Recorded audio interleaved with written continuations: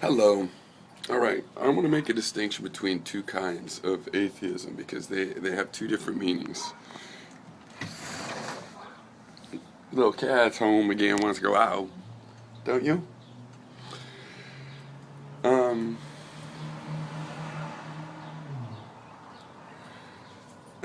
Two kinds of atheism, two aspects of atheism. One means against theism, and the other one just means without theism. Okay, now you could call that anti-theism and atheism, but people get confused. And I don't want to say anti-theism isn't a kind of atheism. I'm just saying that, etymologically, atheism would be the one without anti-theism. But there's without theism and anti-theism. And I want to make a distinction because they have different values, different purposes or values. All right.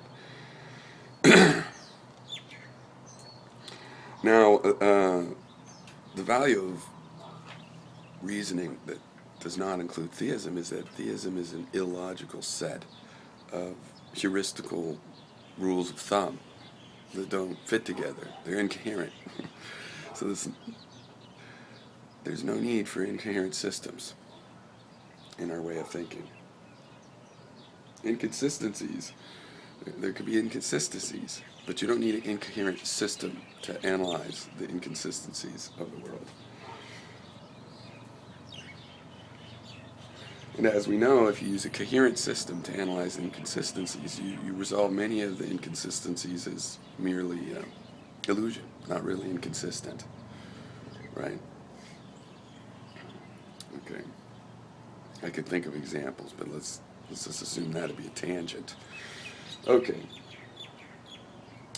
So the value of being anti-theistic is theoretically you could save people that are using these incoherent systems to try one that might still be incoherent, but it won't have theism. It won't have a known incoherency in it, right? So it's a process of elimination. You don't make someone's system coherent by removing the theism. Probably not. They'll probably have a lot of remnants, actually, analogies, patterns they borrowed from the theism, but took the theistic language out. I mean, you see a lot of the Christian era philosophers in the West, I think, like Kant, basically try to do that. Remove the theism, but keep the patterns intact. That's where we get our objectivism, basically, I believe. Though it goes both ways. Our objectivism led to our theism as well. But so the funny thing to me is, and why I've had very little use for YouTube atheists, other than to go, oh, at least people are starting to admit they don't believe in God. That's good. But what is this? You see this picture that I've painted, it should be clear. There is no community. We should be doing good this way. We should be fighting theism. No, the only value of fighting theism is to think without theism. Right?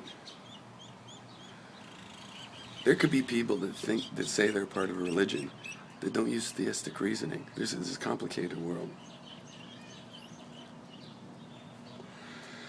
But once you have people in this meta class of atheistic philosophies, of course they're going to have divisions. I mean, that's almost the whole purpose.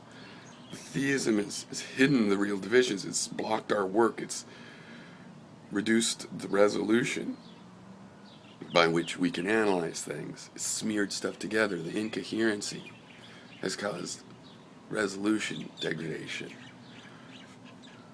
So a bunch of, this feminism issue, that's not the thing that divides the atheist community. All of the issues of mankind divide the atheist community.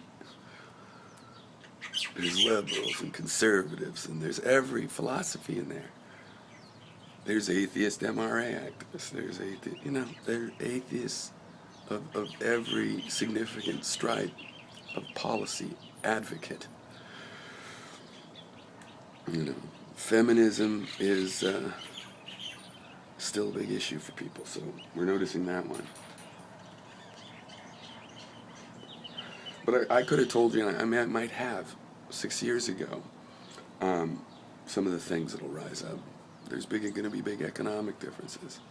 But there's huge schools of atheism coming from the sort of compassionate, bleeding heart liberal side, and coming from the cynical,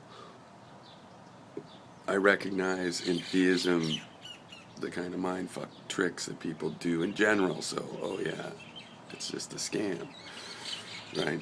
There's the caveat emptor atheist, and there's the Mother Nature is the Gaia type, you know,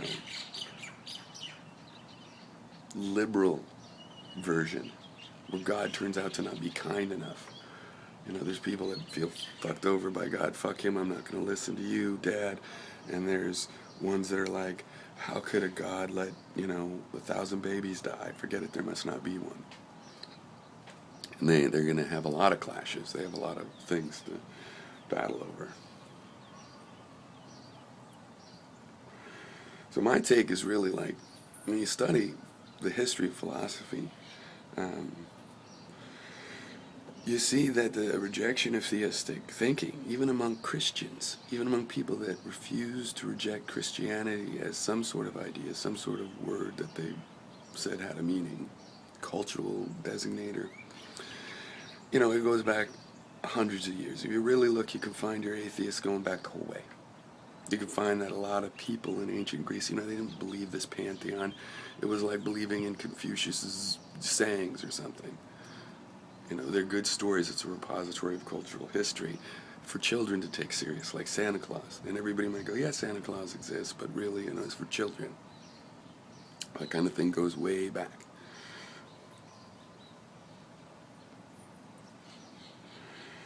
So really this atheism as an intellectual subject has been dead, as far as I'm concerned, in the West for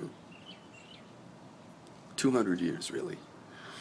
The deists are the last remnant of it, and my agnosticism is basically deist. It's like, well, you could name nature God, you could name it a powerful, whatever, as long as your rule is that you go to nature to find out. That's what the deists said. Instead of the Bible and the doctrines, go to nature to find out how things work. Right? And really, at least for 100 years, among serious thinkers, it's been totally a dead issue. So I start by seeking differences only among atheists. And the reason theists are included in that is because I have found plenty of theists use modern skeptical reasoning, and they're holding on to, their Christianity or their Islam for cultural reasons, cultural bonding, holidays, all their holidays are that, and there's positive things they've gathered from that. And they're developing what we could call secular interpretations of their religion so that they can cooperate with the atheist reasoning that we need to do in our social philosophy.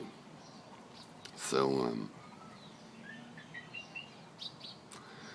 that's fine. Anybody want to guess what the next big divide in the atheist community, or will the atheist community realize that it's split up? Will the South Park atheists and the A+ atheists, what are their next divisions within them? Because they're there. I could tell you some of the divisions I know exist, but it's harder to tell which one will foment to the top. Cheers.